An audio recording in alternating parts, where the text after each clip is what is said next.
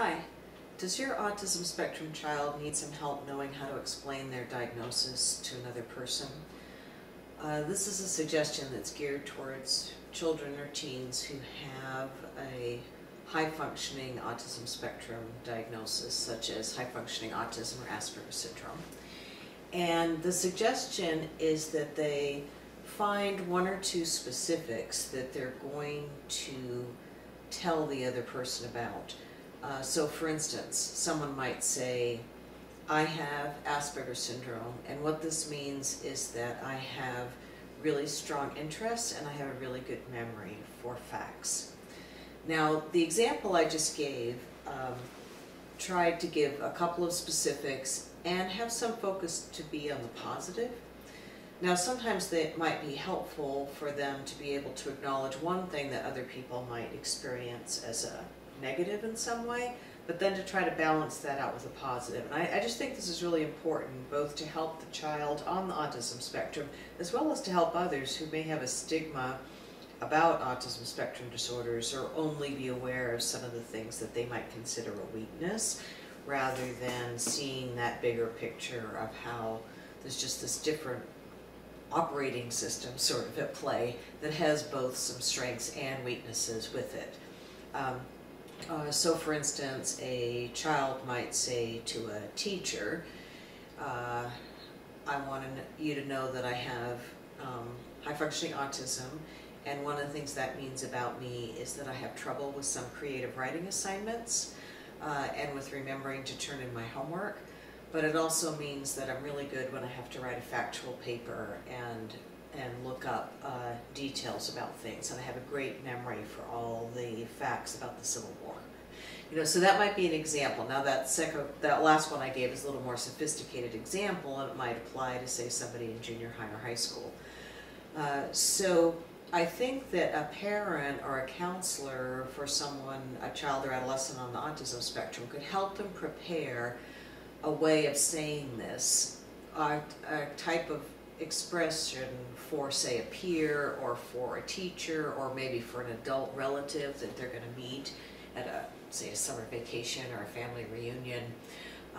And the parent or counselor can help the child identify the one or two things that might be most helpful for that person to know. So for instance, let's say you were going to a family reunion and you were going to meet some other relatives that you don't see very often. Maybe the child or teen could be prepared to say, I want you to know that I have autism, and one of the things that means about me is that I'm not that great at sitting and talking to people, and I need some quiet time while I'm here to go and sit by myself. And I want you to know that doesn't mean that I don't like getting to see my family. So now that kind of thing can be kind of tough to say, but it can be a helpful way for the child or adolescent to begin to be advocating for themselves, rather than just the parent always talking about the child, with relatives or with a teacher or with other children. Now, there's another way that this can be approached, and that is if for some reason we don't want to use the diagnostic term. And there can be a number of reasons for that. Some people are aware of the stigma of the diagnosis and really don't want to label themselves, or a parent doesn't want the child to be labeled, or sometimes the child actually hasn't been informed themselves of that diagnosis maybe for those reasons. And so it would be helpful, though, to be able to say something like, I am the kind of person who blah, blah, blah, blah, blah. The same kind of thing that we were just talking about, except without saying, I have autism, and that means that I'm really good with facts and figures, but I'm not very good with social conversation. They could just say, I'm the kind of person who's really good with facts and figures, but I'm not that great with social conversation. Now, there could be some people under those circumstances that might guess that that is an autism spectrum diagnosis, but a lot of people wouldn't be aware of that.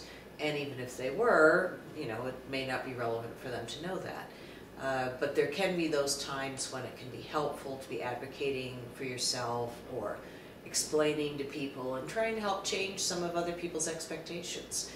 So if, for instance, at a family party, this expectation that the teenager would want to walk around and talk and visit with all of their cousins, you know, it might be really helpful to advocate and be able to say, I'm the kind of person who likes to be in a quiet space and read my book.